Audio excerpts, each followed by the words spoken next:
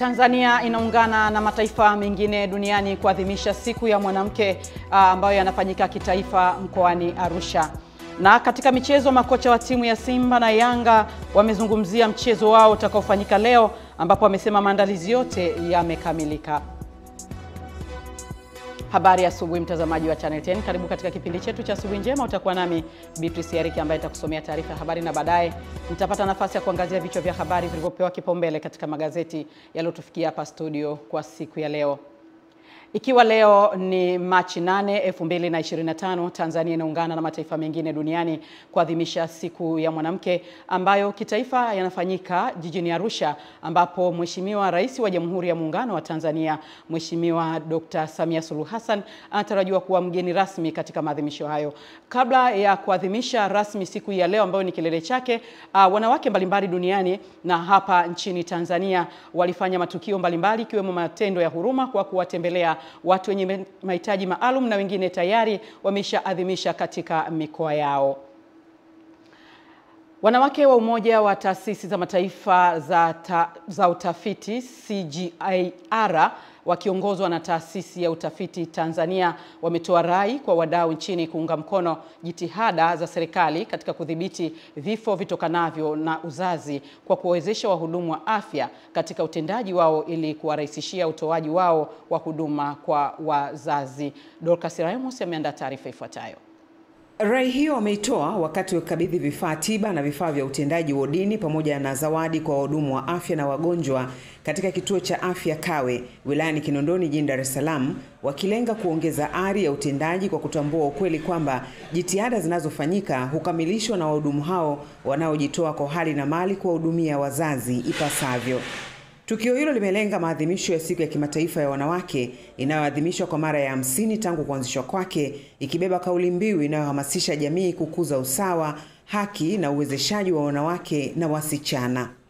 Najua dhumuni la Mama Samia ambaye anawezesha, ni mmoja wa wakilishi ambaye anatuongoza katika nchi sasa katika kumsapoti katika siku hii ya wanawake, na sisi tumesema kusapoti wanawake wengine pia kuwezesha katika kufanya sekta ya afya kuwa bora zaidi. Weza kuja kusherehekea na sisi wanakawe na kutuletea misaada mbalimbali na wanawake katika hodi ya wazazi. Vifaa ambavyo tumeweza kupokea ni vifaa vya hospitali, vifaa vya wagonjwa, lakini pia na zawadi za watumishi wa umma. Katika zawadi hizo tumepokea kompyuta 2 zenye thamani ya milioni 2,260,000. Kwa niaba ya wananchi wangu ninawashukuru sana IITA kwa zawadi zao tukufu za maadhimisho ya siku ya wanawake duniani. Vituo vya afya viko vingi wilaya Kinondoni, lakini wameamua kuja Kawe, mtaa wa Mzimuni ambao unaongozwa na sisi. Kwa kweli tunawashukuru sana. Tanzania imefanikiwa kupunguza vifo vitokanavyo na uzazi kwa 80% kutoka vifo 556 mwaka 2016-2017 mpaka kufikia vifo 104 kwa mwaka 2022 kwa kila vizazi hai 100,000, idadi ambayo ilitarajiwa kufikiwa mwaka 2025. Dorcas Ramos, Channel 10. Waumini wa dini ya Kiislamu nchini wametakiwa kutumia mwezi mtukufu wa Ramadhani katika kufanya ibada, lakini pia kudumisha mambo mema ikiwemo kusaidia jamii zenye uhitaji, wakiwemo akina mama, wajane, watoto yatima pamoja na wazee. Hamisi Suleimani anaarifu zaidi. Wito huo umetolewa na mkurugenzi wa taasisi ya Kiislamu ya Khidmatul Umma Sheikh Arif Suria jijini Dar es Salaam wakati wa kutoa vyakula na futari kwa kaya 200 za wazee, maimamu, walimu wa madrasa pamoja na watoto yatima. Alhamdulillah, kama tunapojua mwezi mtukufu wa Ramadhani, kile utakapofuturisha Allah Subhanahu wa Ta'ala anakupa ujira wa kila mtu utakayefuturisha. Ndugu yangu hapa, watu wangapi hawa wanakwenda kula na familia zao? Wote hawa wanakwenda kupata ujira, wale ambao tumeshirikiana katika kutoa hii. Alhamdulillah, taasisi mbalimbali za nje ya nchi zanisaidia kwa ajili ya kuwasaidia Watanzania, na mimi hapa kama mwakilishi wenu nafanya hivyo. Allah Subhanahu wa Ta'ala aturahisishie, atukubali. Ramadhan Karim, Ramadhan Mubarak. Baadhi ya wananchi waliofaidika wameshukuru taasisi hiyo ambayo kwa mara 3 mfululizo imekuwa ikiwakumbuka wananchi wenye uhitaji hasa katika kipindi hiki cha mfungo wa mwezi mtukufu wa Ramadhani. Tunashukuru moyo wake aliojitolea, lakini pia tunatoa wito kwa wote ambao wana nafasi ya kuweza kujitolea, kwa sababu uhitaji bado ni mkubwa sana. Sisi ni sehemu tu, lakini bado tuna wenzetu ambao hawajafika. Kwa hiyo watu maeneo mbalimbali Tanzania wanaweza wakajitolea ili kuwaona wale wahitaji ambao bado ni wengi, na kuna wengine pia hawajafikiwa. Sababu wa watu wanajitolea kila siku katika maisha yao. Tunaomba inapotokea kipindi kama hiki cha ugawaji wa sadaka za iftari, daku, basi kipaumbele cha kwanza kiende kwa maimamu na kwa walimu wa madrasa. Na kama mtu atakuwa ametoa sadaka yake kuwapa maimamu na walimu wa madrasa, atakuwa amepata malipo mara mbili. Kwanza amepata malipo ya kutoa sadaka kwa kumpa huyo mtu, lakini pili atapata malipo ya kuimarisha Uislamu.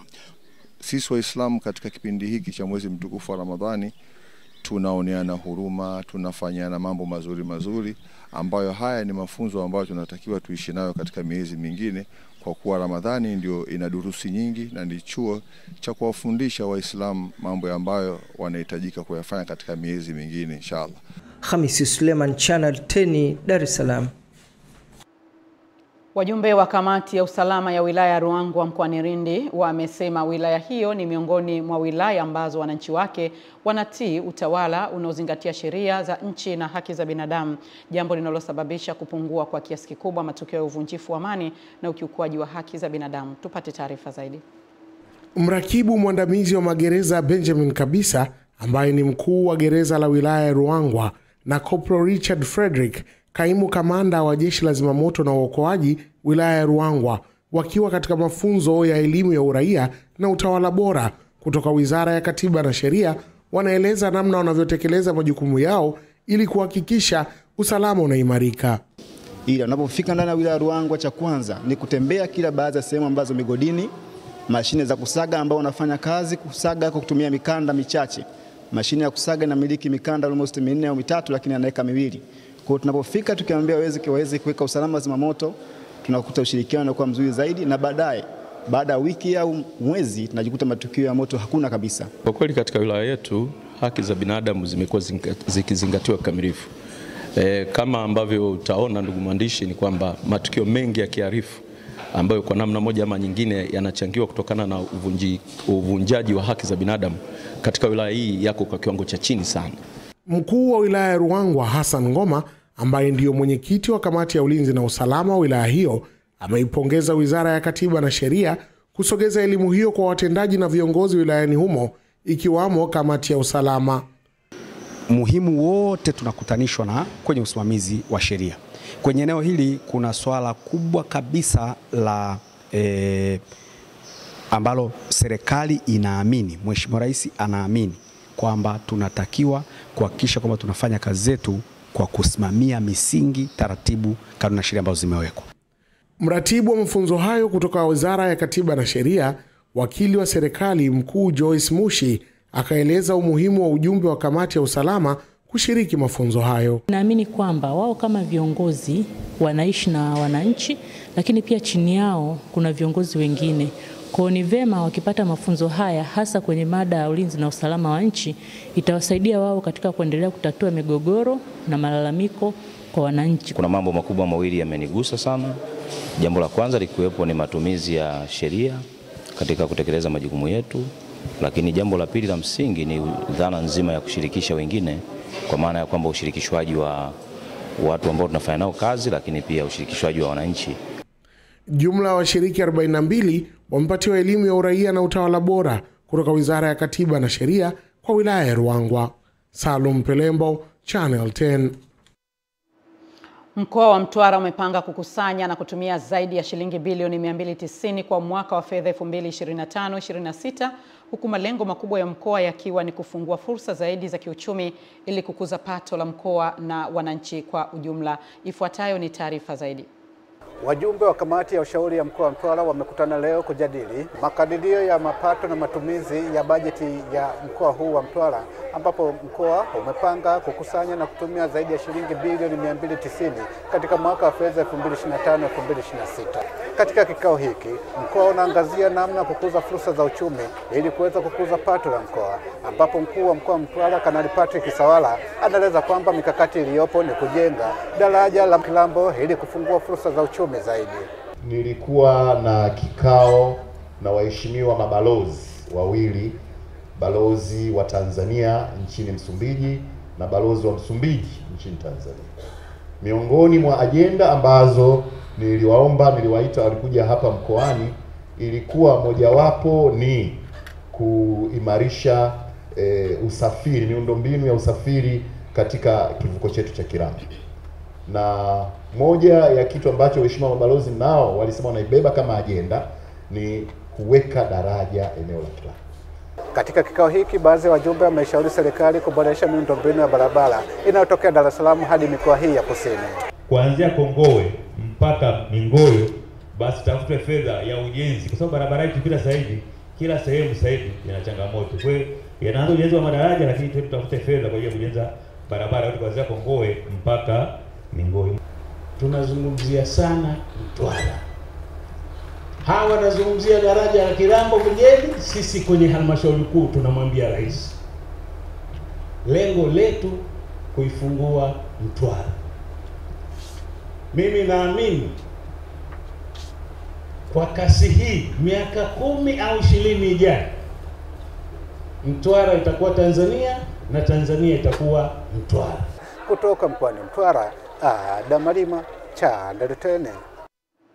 Watoto 94 kati ya 200 waliofanyiwa uchunguzi kwenye vituo mbalimbali vya kulelea watoto wilayani Babati mkoani Manyara wamebainika wanakabiliwa na tatizo la uoni hafifu unaosababishwa na mzio. Mwanahabari wetu Elia Kimani anaripoti kutoka Manyara. Idadi hiyo imebainishwa na wadau wa afya kutoka shirika la KCCO mara baada ya kuendesha zoezi la uchunguzi wa afya ya macho kwa kushirikiana na hospitali ya rufaa mkoa wa Manyara kwenye vituo viwili vya watoto wenye ulemavu vya Zilpa na kituo cha Dareda, ambapo jamii imeshauriwa kuchukua hatua za haraka za uchunguzi kwa watoto katika hatua za awali ili kudhibitiwa kwa matibabu. Tumefanya uchunguzi wa macho, tumewapatia dawa za macho, lakini kwa wale ambao wanahitaji matibabu zaidi, tutawapeleka hospitali yetu ya rufaa ya mkoa wa Manyara. Tumeona ni vizuri kutembelea hivi vituo ikiwa ni njia mojawapo ya kuwakumbuka, lakini pia ni mara chache sana wenyewe kukumbuka na kuletewa hizi huduma. Kwa ujumla, katika watoto wote ambao tumewatembelea walemavu, tumeweza kuwabaini wenye changamoto za macho, watoto 94, wengi wao wakiwa na changamoto za allergy, ambapo tunaweza kuwapatia dawa. Hospitali ya rufaa mkoa wa Manyara inatoa mwito kwa jamii na mashirika mengine kujitokeza kushiriki kwenye kampeni ya upimaji wa afya ya macho kwa watoto ili kufikia wengi zaidi. Tunaamini uhitaji ni wengi, lakini wakati mwingine kufikia inakuwa ni changamoto kidogo. Tumaini Nasho ni mmoja wa watoto ambao wamebainika na tatizo hilo la uoni hafifu lilotajwa kupelekewa na mzio. Mwaka jana macho yangu ilikuwa yanasumbuliwa na ugonjwa wa kutoa machozi na tongotongo. Nikawa nimehudumiwa, nimepewa dawa, nimetumia. Mwaka huu pia wamekuja wameniangalia, nimekutwa na hali nzuri kwa dawa zile ambazo wamenisaidia. Ninawashukuru pia kwa msaada huu ambao wameutoa, na Mungu awabariki. Zoezi hili la upimaji wa macho limefanywa na hospitali ya rufaa mkoa wa Manyara kwa kushirikiana na wadau wa KCCO, ikiwa ni kuadhimisha siku ya wanawake duniani.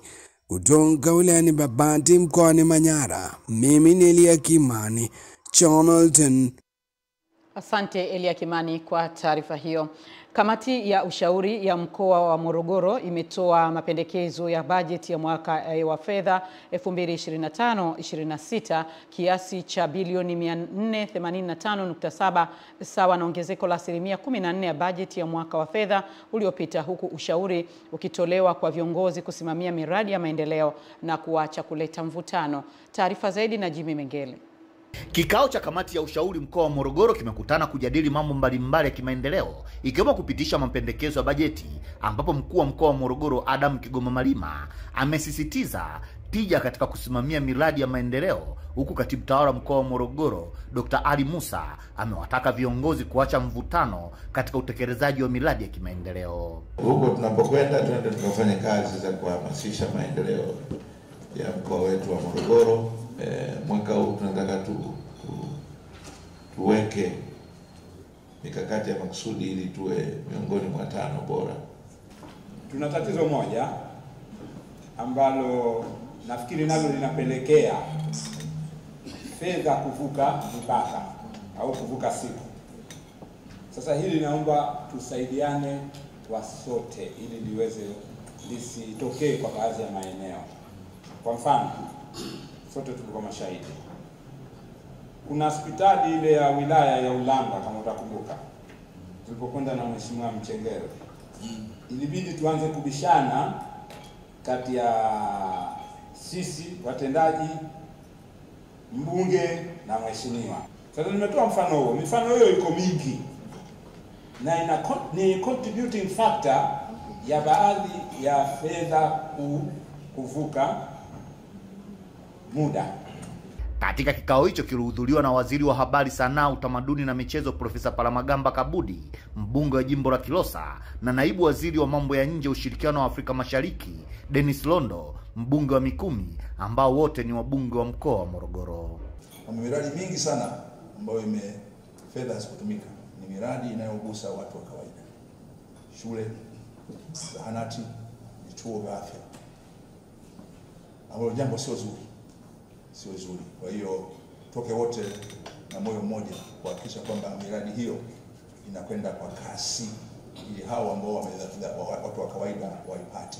Katika mambo haya makubwa, dhamira kabla ya vitendo ni muhimu sana, kwa sababu dhamira inakusukuma kufanya makubwa. Kwa hiyo mambo kama hayo ambayo taasisi moja ya serikali inakuhamisha taasisi nyingine isitimize wajibu wake ni vitu ambavyo vinarudisha nyuma jitihada za serikali. Jimmy Mengele, Channel 10, Morogoro. Watumishi wastaafu nchini wametahadharishwa kutumia vyema rasilimali fedha wanazozipata kama sehemu ya mafao baada ya kipindi cha utumishi kufikia ukomo, kwani mara kadhaa wamekuwa wakiingia kwenye matatizo makubwa ya kifedha kutokana na ukweli kwamba wengi miongoni mwao wamekuwa wakinaswa na mitego ya matapeli hasa kwenye mitandao ya kijamii. Tahadhari hiyo imeelezwa katika mkutano wa kutoa matokeo ya utafiti kuhusiana na swala hilo uliofanywa na Chuo Kikuu Kishiriki cha Elimu Mkwawa Muse. Clement Sanga anaarifu zaidi. Taarifa za matukio ya utapeli dhidi ya wafanyakazi wastaafu siongene masikioni. Mara nyingi watu wengi wamekuwa na ile tamaa ya kuweza kuzalisha fedha kwa haraka.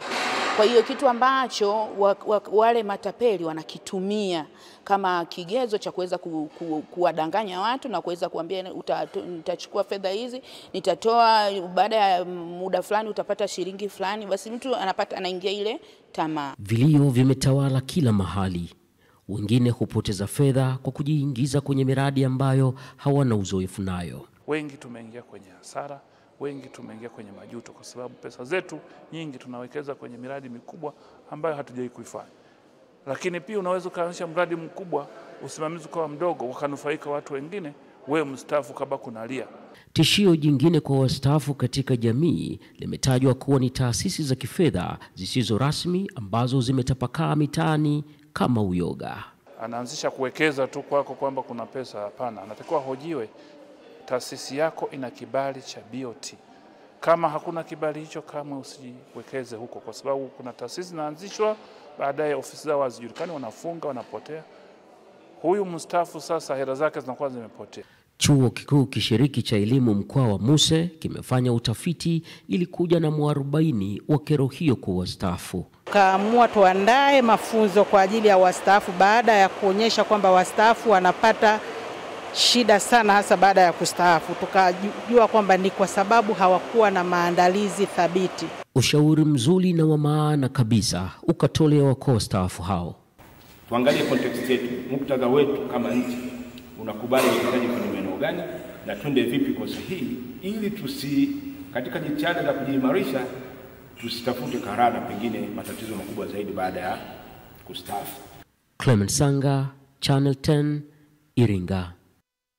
Asante Clement Sanga kwa taarifa hiyo, na sasa tuangazie habari za michezo na burudani. Makocha wa timu za Yanga na Simba wameeleza kukamilika kwa maandalizi yote kiufundi kuelekea mchezo wa ligi kuu utakaochezwa leo majira ya saa 1:15 usiku baina ya watani hao wa jadi wa soka la Tanzania. Wakizungumza kwenye mkutano na waandishi wa habari za michezo, kocha mkuu wa timu ya Yanga Milod Hamdi amesema wachezaji wote wako tayari kwa mchezo isipokuwa Aziz Ki ambaye wataangalia uwezekano kama atakuwa sehemu ya mchezo, huku kwa upande wa kocha wa Simba Fadlu Davids akisema wamejiandaa na wako tayari kwa mchezo huo. I think we prepare very good this game. We work very good this week. The first time I have 5 days to work very good with the players. So all we want to put with my technical staff, we do it. And we hope tomorrow everything is okay and everything will happen very good tomorrow. We hope that. All preparations have gone well. Of course, Zamiru is out, injured. We'll have late fitness evaluations for Che Malone and Kamara. We're quite hopeful. But other than that, all preparations have gone well. Tunaamini kati yetu sisi au wapinzani wetu watu ambao watafanya vizuri katika mchezo wa kesho, ina maana watakuwa wamejiweka kwenye nafasi nzuri ya kuweza kuchukua ubingwa. Kwa hiyo sisi kama wachezaji wa Yanga ni tuko tayari kwa ajili ya kupambana na kuzipata pointi 3, kwa sababu plani yetu ni kuzipata pointi 3. Kwa kila mchezo unaokuja mbele ni muhimu kupata pointi 3. Michezo yote iliyopita tunaweka kama historia, na sasa tuko katika mchezo mpya na peji mpya. Maandalizi tuliyofanya naamini kwamba itaenda kuleta utofauti wa dabi na dabi zilizopita. Naam, tumehitimisha taarifa yetu ya habari kwa asubuhi ya leo. Tupate mapumziko mafupi kisha tutarejea kuendelea na kipindi chetu cha Asubuhi Njema. Tafadhali baki nasi.